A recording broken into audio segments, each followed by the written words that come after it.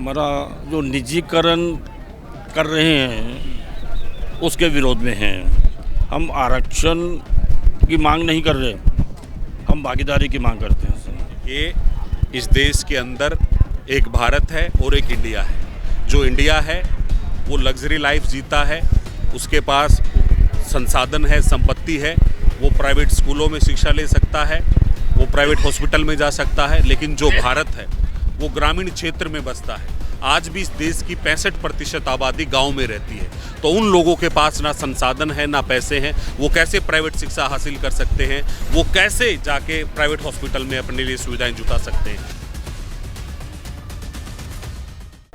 तो इस वक्त हम जंतर मंतर पर मौजूद हैं। यहाँ पर निजीकरण के खिलाफ प्रतिवाद प्रदर्शन चल रहा है।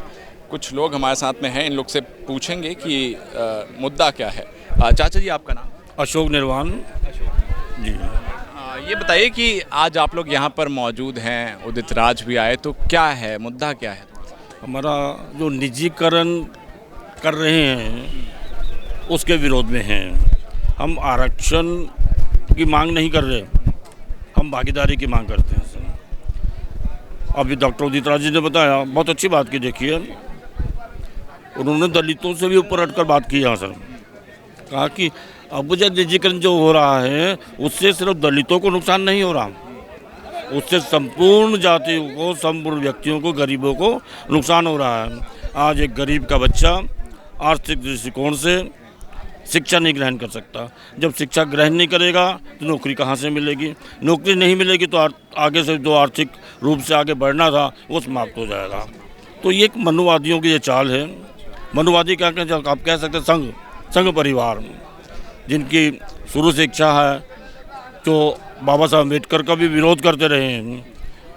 जी, एक सवाल मैं जानना चाहता हूँ। इसमें ये प्रेस विज्ञापन मुझे दिया, आप ही की तरफ से लोगों ने दिया है। इसमें एक लाइन लिखी है जो मुझे थोड़ा समझ में नहीं आया, मैं आपसे जानना चाहता हूँ। इसमें लिखा है कि निजीकरण का षड्यंत्र करके आरक्षण को ख़त्म करना है, ये चाल है। इसका क्या तात्पर्य है?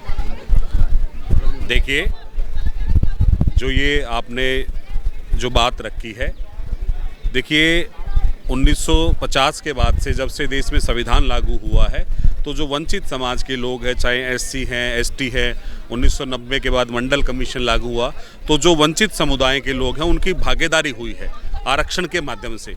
और जिस तरीके से निजी क्षेत्र को बढ़ावा दिया जा रहा है दिन प्रतिदिन, निजी क्षेत्र में कोई आरक्षण नहीं है, तो एक तरीके से निजी क्षेत्र को लाके जो वंचित समुदाय के लोग हैं उनके लिए भागीदारी के दरवाजे बंद किए जा रहे हैं।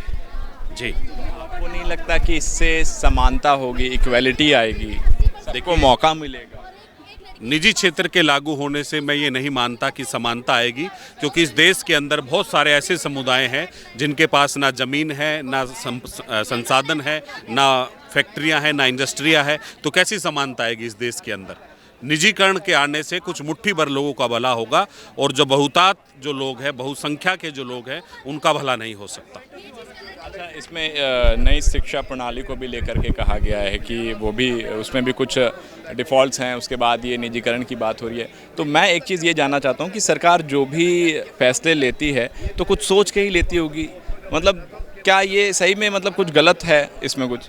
देखिए, जो भी सरकार सत्ता में आती है वो अपने विचारधारा के अनुसार काम करती है, अपने वोट बैंक के हिसाब से काम करती है। और जो नई एजुकेशन पॉलिसी देश के अंदर जो लागू हो रही है, उससे बहुत बड़ी संख्या में जो गरीब लोग हैं वो शिक्षा से वंचित हो जाएंगे। 4 ईयर का ग्रेजुएशन का प्रोग्राम किया जा रहा है। आज बड़े मुश्किल से जो गरीब हैं, मजदूर है, वो अपने बच्चों को पढ़ाते हैं 3 ईयर प्रोग्राम में। अब 4 साल किया जा रहा है इसको। तो ये एक तरीके से मेरा ये मानना है कि वंचित समुदाय के लोगों को शिक्षा से वंचित करने का एक तरीका है नई शिक्षा नीति। ये जो आप निजीकरण की बात करें, प्राइवेटाइजेशन की, इसकी बात करें, तो एक पहलू आप जो कह रहे हैं कि इससे आरक्षण खत्म होगा या जो भी है, एक दूसरा पहलू ये भी हम देख सकते हैं कि आप छोटा सा उदाहरण लें अस्पताल का या शिक्षा का लें, तो प्राइवेट अस्पताल या प्राइवेट स्कूल्स में आप भी जानते हैं कि शिक्षा नीति कितनी बेहतर है, कितनी अच्छी है। और प्राइवेट हॉस्पिटल्स में काम एकदम मतलब फर्स्ट क्लास होता है और तुरंत होता है। और आप वहीं दूसरी तरफ सरकारी स्कूल या सरकारी अस्पताल देखेंगे तो थोड़ी लचरी हुई है, लचर है उसका सिस्टम। तो आपको नहीं लगता कि प्राइवेट हाथों में देने से इकोनॉमी बेहतर होगी, अस्पताल बेहतर होंगे, स्कूल में शिक्षा नीति अच्छी होगी? देखिए, इस देश के अंदर एक भारत है और एक इंडिया है।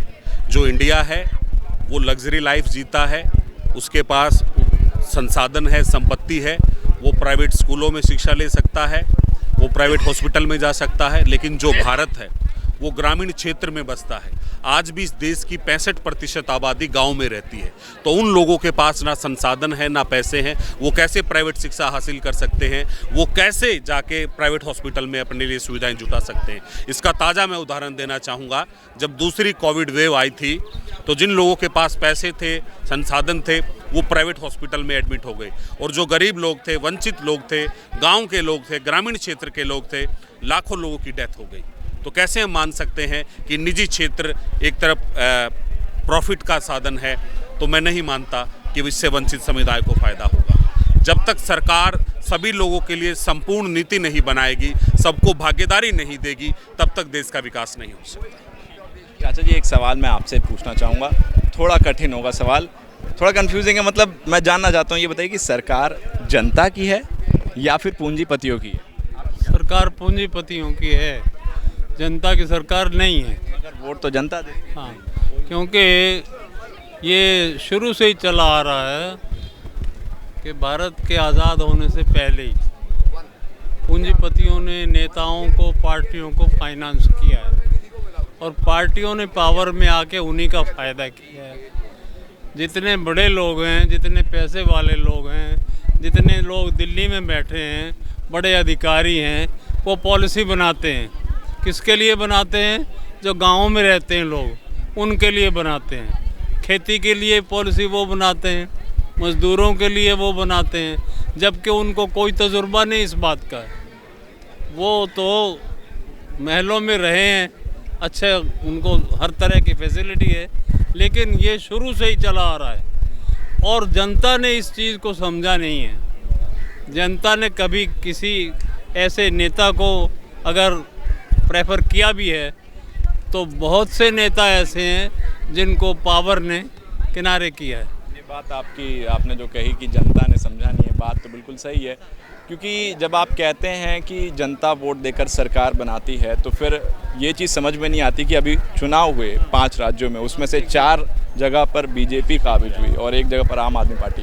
फिर यही जनता वोट भी देती है, यही जनता फिर यही सरकार भी बना देती है। क्या चल क्या रहा है ये? नहीं, जनता सरकार जब बनाती है, जैसे पहले जब पोलिंग होती थी तो उसमें घपलेबाजी नहीं होती थी। जब ये ईवीएम क्रिएट किया गया तो ये बिल्कुल जानबूझ के एक साजिश के तहत कि सरकार जिसकी पावर है वो उसका इस्तेमाल अपने ढंग से करेगी, लेकिन उसको पूछने वाला कौन है? और उसका कोई रिकॉर्ड नहीं, अब कोई निकाल के नहीं देख सकता कि कहाँ क्या हुआ था। हालांकि कई जगह पकड़ा भी गया, करके भी दिखाया गया, लेकिन सरकार के खिलाफ कौन सबूत देगा? सबूत दे भी देगा, मानेगा कौन? हाई कोर्ट में, सुप्रीम कोर्ट में जो जजेज हैं, उनके लिए कोई टेस्ट नहीं है, कोई एग्जामिनेशन नहीं है, कोई कंपटीशन नहीं है, वो भर्ती किए जा रहे हैं। तो वो इंसाफ क्या करेंगे?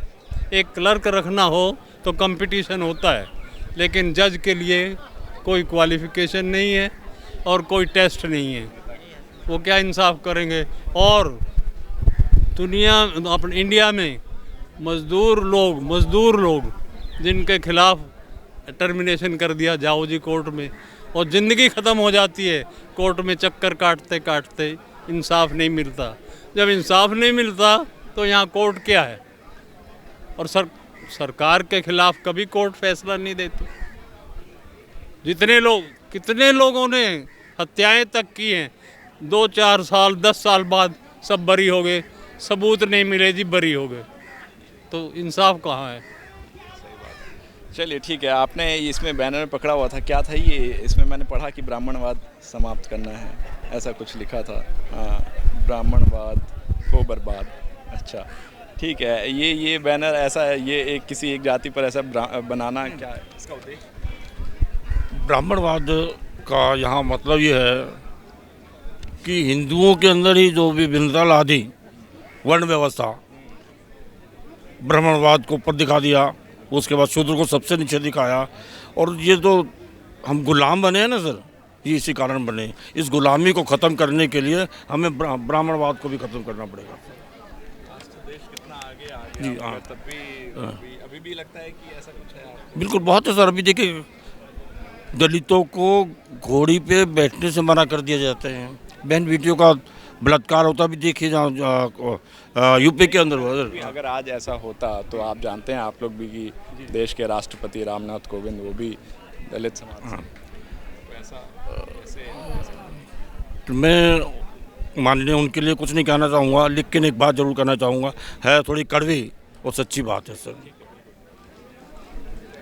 बाबा साहब ने तो ये कहा था कि मेरे को पढ़े लिखों ने धोखा दिया, लेकिन मैं आज कहता हूँ जो कोटे से जाता है, जो सांसद हो, पार्षद हो, कोई भी हो, जो कोटे से जाता है वो कोठे पे जाके बैठ जाता है सर। कोठे का मतलब समझ लो, अपने स्वार्थ के लिए बैठ जाता है, और जहाँ से जो जीत कर आया है उनके बारे में कुछ नहीं सोचता। तो इसलिए यहाँ भी कह सकते हो कि मेरा अपना मान्यता है कि राजनीतिक आरक्षण तुरंत बंद हो जाना चाहिए। ठीक है, चलिए फिलहाल और दे जाएंगे सर। हमसे जुड़ने के लिए बहुत बहुत शुक्रिया। आप देखते रहिए न्यूज़ ऑफ इंडिया। कैमरे के पीछे वेद है, मेरा नाम है राहुल। शुक्रिया।